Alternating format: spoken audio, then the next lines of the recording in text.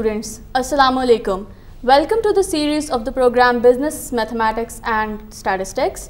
Today's topic of discussion is regression and correlation, in which we will discuss various theoretical aspects of regression and correlation and their application to business research problems. For the expert opinions and illustrations, we have in our show today Mr. Nadeem Ahmed Khan and our keen team of students Sobia Sharif, Muhammad Yusuf and Ghulam Murtaza. So, sir, what exactly is regression analysis? Thank you, Sidra. Regression is a statistical tool and which is mostly used in the field of the business, especially for the decision making, for the researchers and to analyze the data and to see the trend and what is the forecasting of the decisions and the results. In regression model, we have two variables. One is the x and other is the y. X is independent variable and y is dependent variable. The value of y generally depend on the value of x, and the value of x doesn't affect the value of y. In regression model, we have also two parameters, two constant. One is the beta naught. Generally, we use the beta naught, beta 1, beta 2 terminology for the population regression model. And in sample regression model, we use normally English alphabets A, B, C, D. And in this model, we have the general equation of regression line is y is equal to beta naught plus beta 1 x plus e. And here e stands for the error. And beta naught is the y-intercept and beta 1 is the slope of the line. And e is the error of the variable, error between the y and the y estimated value of the y. Here you also see the graph in this and the regression line. Basically, the regression line is the linear equation, or in mathematics, we can say this is the straight line. It always passes through the origin or the mean from the values of x and y. This is the general graph of the equation, and before to calculate the regression, we have the data, and with the help of the data, we can draw this equation, and with the help of this graph, we can draw and we can predict we can forecast the values of the y with the help of the values of the x. Sir, are x and y always independent and dependent variables, or they're just notations? Generally, in a regression equation, we have one independent variable and one dependent variable. And yes, we can replace y to x or x to y. It's not necessary, but the tradition and the convention of the regression line is we generally use y as a dependent variable and x is independent variable. Okay, and this regression equation is mathematically speaking, this can also be viewed as the simple straight line equation in mathematics. It's the same as the straight line equation we generally use in the mathematics, in the field of the mathematics. Okay. So briefly speaking, what are the various applications of regression analysis in business statistics or in business world? Yes, we widely used regression in the field of the business, in the field of the research, and in all sort of field. Basically, the regression is the most modern technique which we can use in any field of the research and the business. Yes, I can give you some examples. Let's say, suppose a company wanted to know if there is a significant relationship between the total number of salespeople and the total number of sales. Here we have the two variables. One is the salespeople and other is the sales. Definitely the sales is dependent on the salespeople. If the salespeople perform well, the sale of the organization, it goes up. So it means the salespeople is the independent variable and sale is the dependent variable, because the sales depend on the performance of the salespeople. Similarly, we have another example. A medical researcher might want to use body weight to predict the most appropriate dose for a new drug.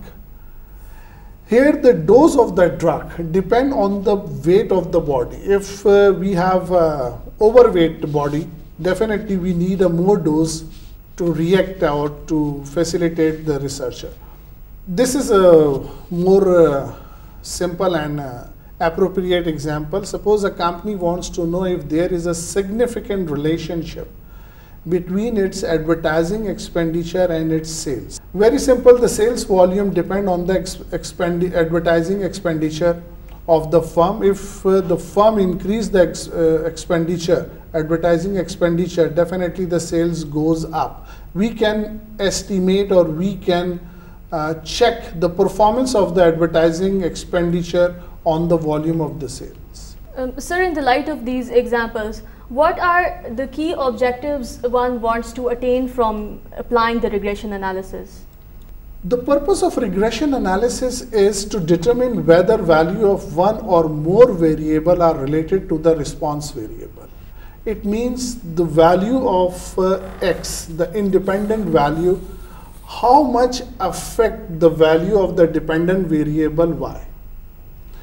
And the second purpose, generally what we use in the field of the business, to predict the value of one variable based on the value of one or more variables. Generally, a regression line we use for the forecasting, not the prediction. Prediction is something else. We generally use for the forecasting. If we have the data in terms of the year, suppose we have 5 years data, 2005, 2006, and up to 2010, and other side we have the production of the rice in these years, and we have such data that we can predict or we can forecast the production of the rice in year 2012 with the help of the regression model. We simply put the value of X, the year 2012 in place of the X, and we can calculate the value of Y, and we have the total production estimated production volume of the rice in year 2012. Okay, so forecasting is one of the major objectives of regression analysis. Exactly. And another purpose of the regression is to test the hypothesis for parameters of regression line. As Sidra, as you know, in statistics we always go to test the population parameter, and with the help of the sample statistics.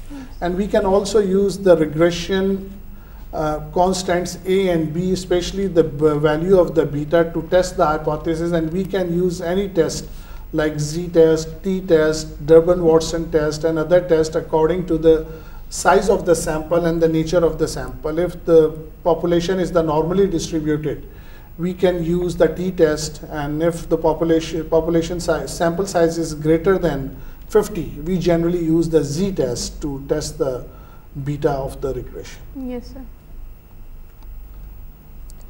Okay, sir, about the scatter diagram. What exactly is explained by the scatter diagram and how do we plot it? Basically, scatter diagram is a graphical representation of the data of X and Y. We simply plot the value of X and Y in a paper or in a graph sheet. This is the same X and Y axis graph. Exactly, it is the same two-dimensional graph. We have the X values and the Y values on the graph, and we put these graph on the paper, and simply we use the simple method of the graphical presentation, such as this graphical presentation. We have the X values and the Y values, and we have this almost 10 values on the graph paper. Okay, and there are no restrictions as to which variable should be plotted on which axis in the independent or dependent variables? No, definitely we have the restriction. We have to plot the X values on the X axis and the Y values. But there is no restriction for the independent and the dependent variable. Okay. But we have to careful to plot this when we put the value of X and Y definitely on the same axis. Okay. Value of axis. Okay. Suppose this is a chart and we have a lot of X and Y values in center, and this is basically the scatter diagram. This diagram shows the variability among the values. It shows also the standard error of the variables. Okay, we have different values of X and Y, and this is the scatter diagram, and we have a very scattered points in this graph. There seems to be no linear relationship or any kind of relationship in this scatter diagram. Yes, it shows diagram. a very minor relationship, it shows maybe. Okay. Generally, when we draw the straight line on the scatter diagram, So there is a restriction. We have must at least 3 points on the line, such as this. This is the 4 types of scatter diagram, and this is we have to show the trends of the data. It shows the negatively because it comes from up to downward, from plus to minus side. This is a negative relationship between X and Y. And here we can easily see that this graph is towards the upward direction, from negative to positive direction, and this sort of graph is known as the positive relationship in this scatter diagram. And positive and linear as well. Linear, yes. If we can easily draw a straight line and we have at least 3 points on the straight line, then it is linear. Okay. And this sort of scatter diagram is the curvilinear relationship. You can easily see that we have this almost a normal distribution curve, and we have different values of X and Y. Some are the positive and some are the negative. Generally, this sort of have the very negative relationship between the X and Y. And this is a scattered data. We have different data on the different points on the graph sheets. It means there is no relationship between the data. It means the value of X, the independent variable, is not affecting the value of Y. No relationship. Basically, this is the scatter diagram, and with the help of the scatter diagram, we can easily draw and find out the constants of the regression model. Yes, please. Sir, do we need to plot the scatter diagram before analysis? Before analysis or before finding the values of A and B. Basically, we can also find the value of A and B, or beta 1 and beta 2, with the help of the scatter diagram. Yes, we have also the formulas to calculate the beta 1 and beta 2, but we can easily find out the value of A and B with the help of the scatter diagram. Okay, Sidra, one thing more, the scattered diagram. This is a linear relationship. It is a positive relationship. Here you can see there is we have the values of X and Y in a manner or in a similar pattern. You can see from here to upward directions, and it is a positive relationship because we have from origin to upward direction. And if we draw a line here, and we have almost more than 3 points on the line, it means the regression line is the best straight line description of the plotted points, and use it to describe the association between the variables. And there is another property of the scatter diagram and the regression line is that if all the lines fall exactly on the line, then the line is 0 and you have a perfect relationship. This is basically relate with the estimating the coefficient. So this is the procedure by which we find out the regression model we discussed with before. The help of the scatter diagram. Okay. The help of the scatter diagram. And this is the estimators, and determined by drawing a sample from the population of interest, calculating sample statistics, and producing a straight line that cuts into the data. Here you can see we draw this line and almost 4 points on the line. This is also an observation of X and Y, but this line shows the distance from the regression line of this point.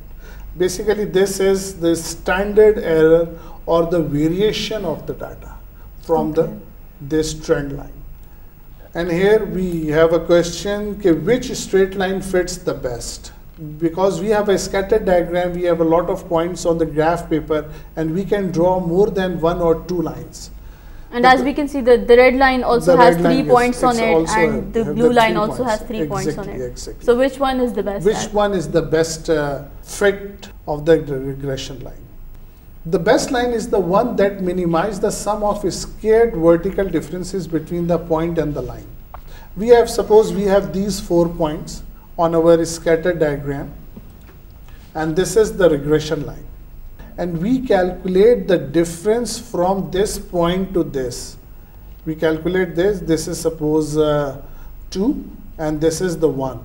So we here, because it's the sum of a squared difference, so it 2 minus 1 whole square. And similarly, the difference with this point, the difference with the third point and difference with the fourth point.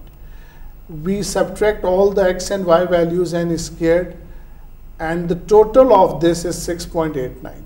And suppose we have the second line, like you can see in the green color, and the difference point from these data points, this is the 3.99. So which line has the smaller difference, which is the best fit of the regression? Okay. So how exactly do we find out the values of the parameters in the regression model?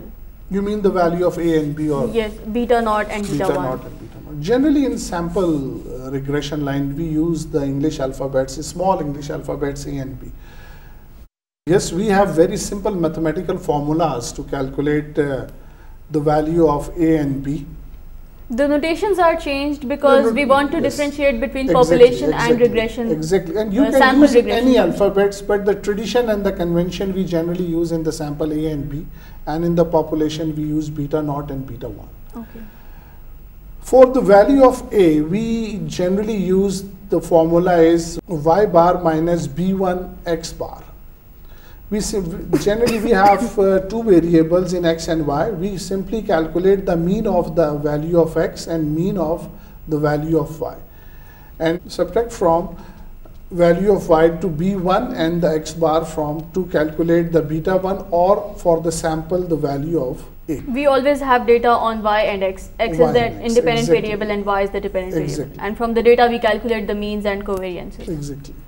And for the value of b1, we simply calculate the covariance of x and y and simply divide the standard deviation of the x, or the variance of the x, you simply said.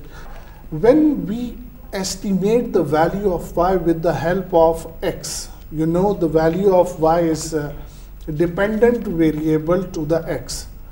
And when we put the value of x on the regression model with the help of these b0 and b1, so we have, ultimately we have the value of y, and this value of y is known as the estimated value of y. Which we can call prediction as well. Not the prediction, basically this is the estimation. Prediction is used for the future values. Okay. This is basically the estimated value of y, and we also have the actual value of y. This is the solution, and we can use these formula to calculate the value of constants of the regression model, and this is the value of the x bar, value of the y bar, and this is the value of the b1, and we can calculate this v1 with the formula of the covariance of x and y.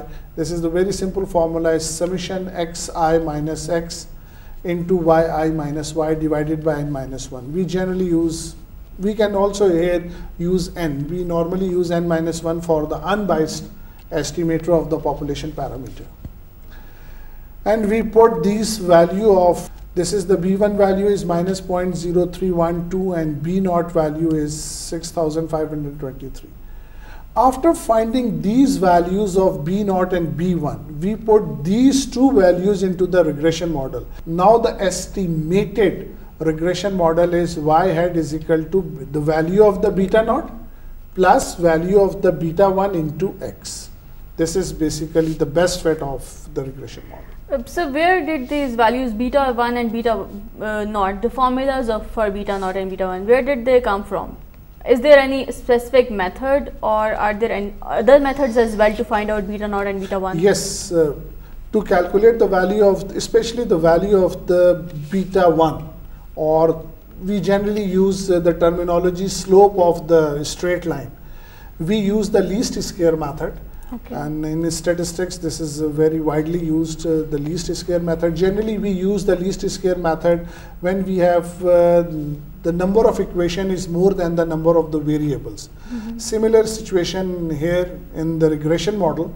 So we use the least square method to calculate the value of these constants, beta 1 and beta naught. Okay. And how do we interpret these numerical values of the coefficients or the parameters of regression equation? Okay, generally we use the terminology intercept for the value of beta naught, and the slope for the value of the beta 1. Okay, I can try to explain these two constants, intercept and the slope, with the help of this example. Suppose we have a car, and we have to find the relationship between the odometer and the price of the car. The car dealer wants to find the relationship between the odometer reading and the selling price of the used car.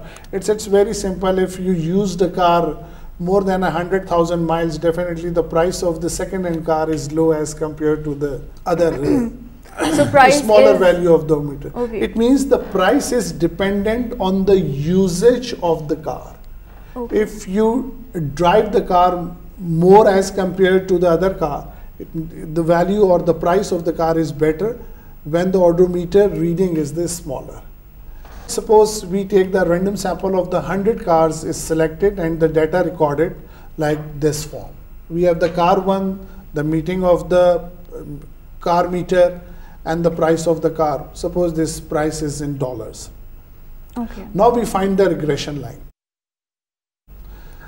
Use the same methods, the same formula for the beta 1 and the beta, and we calculate the value of beta naught and the beta 1, and these values are here. This beta naught is known as the intercept, and the meaning of the intercept is, suppose this is here in this graph. We have prices on the y-axis and the meter reading on the y-axis, and this values intercept is 6,533 is here, and it means when the value of the beta 1 is 0. Okay. On the origin, this value of the intercept is 6,533 when the value of x is 0. When we increase the value of x, definitely the value of the intercept, the beta naught, is changed here. And this 0.0312 beta 1 is known as the slope of the line. And slope of the line, the meaning of the slope of the line, or we interpret and we can understand with this, if for each additional mile on the odometer, the price decreases by an average of 0.0312. So there is a relationship, and we can explain the beta 1 as, we have the data, the reading of the meter of the car and the price of the car. When we change the reading of the meter at 1 mile, it affects this 0.0312, the price of the car. Okay. So this is the relationship, and there is the minus sign, so there is a minus relationship. It means if we increase 1 mile in the meter reading, the 0.0312 decreases the price of the car. So there is a negative relationship between the odometer reading and the price of the car. So the relationship between the dependent and independent variable is depicted by this sign in the regression equation. Sign in the regression. Had it been positive, there would have been a positive relationship. Exactly. But generally in the regression model, we use the positive sign, A plus B. Basically, this sign may change the value of B. If you have the negative value of B, definitely change the positive sign into the negative. So, but in the regression model, we have the resulting sign. Okay. The origin. Sir, what is coefficient of determination? Coefficient of determination, yes. Before coefficient of determination, we have to explain, to understand the significance of the coefficients. Suppose this is the graph, and in the center here we have the y bar value. This is the average of the value of the y. The dependent variable. Dependent variables. And this is the y1 value and this is the y2 value. This is x1 and this is x2. The difference of y bar from the y1 value and the difference of this from y2 to the y bar value is known as the total variation in y. And basically this total variation shows what variation we have in our estimated y values.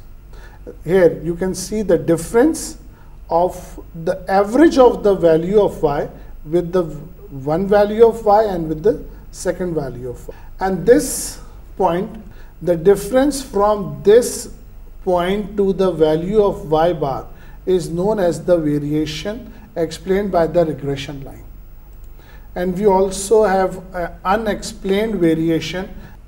The difference between the value of y minus y hat is the unexplained variation. And remember, in the regression model, we use a terminology E or epsilon. Different people use the different notations. And if you remember the regression model, y is equal to a plus bx plus e. This unexplained variation is basically the value of. Okay. Whenever we talk about regression, there is always this concept of relationship or association between the dependent and dependent variable. And we think of there may be a relationship prior to conducting the regression analysis. Can we term it as correlation? Exactly, Sidra. Basically, correlation is the relationship between the two variables, or we simply explain the interdependence of the two variables, is known as the correlation. The use of correlation, if you are interested only in whether a relationship, so then we calculate the correlation of the variable. And when you are interested in building a mathematical model that can, here I am also use the word predict, that can forecast the response variable, so then we go for the regression. Or if you are interested in the relative effectiveness of the several variables, predicting the response variable, like the multiple regression. And this is the very simple formula of the regression analysis. It's you simply multiply the value of x and y and sum it, and it's a simple mathematics, and you can easily calculate the correlation coefficient. But the most important, and one thing remember, the value of r always lies between -1 and +1. It may be 0.9 and -0.9, but not 1.2 or -1.2. Yes, if the value of r is 0, it means there is no relationship between x and y. And this is the simple calculation of the r. Here we have the value of r is -0.9615. It means there is a negative correlation between x and y. Do we also interpret correlation coefficient as strong or weak? Yes. Basically, this is -0.9615. It is a strong negative correlation in the value of y. Generally, we use the 0.5 or 0.6. If we have greater than, the value of r is greater than the 0.5, we use the terminology, the strong correlation between the variables. And this minus correlation means if we increase the value of x, it may decrease the value of y. Basically, this is the inverse proportion. Okay. Thank you very much. Thank you. Thank you. We hope that this discussion was beneficial for all of the students. I thank Mr. Nadeem Ahmed Khan and our students for coming here over. This concludes our session. Inshallah, we'll see you next time. Allah Hafiz.